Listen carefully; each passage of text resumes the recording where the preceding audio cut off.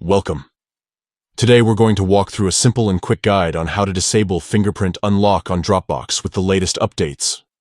If you've been using Fingerprint Unlock for convenient access but now want to turn it off for any reason, this video will show you exactly how to do that step by step. First, open the Dropbox app on your smartphone or tablet.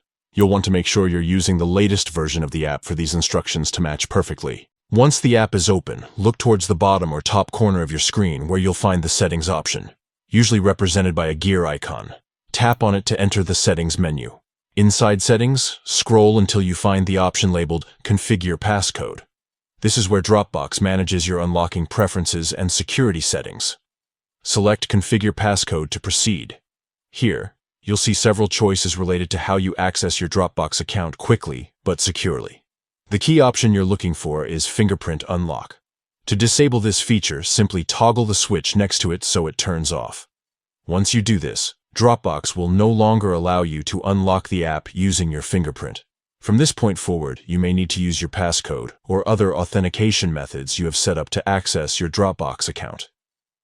Disabling Fingerprint Unlock can be a good idea if you're switching devices, want extra security, or simply prefer entering a passcode each time. It's always a smart move to stay on top of your app settings to keep your data safe and ensure you're comfortable with how you access your accounts. And that's it. You've successfully disabled Fingerprint Unlock on Dropbox. If you want to enable it again in the future, just head back to Configure Passcode and toggle the Fingerprint Unlock back on. Thanks for watching.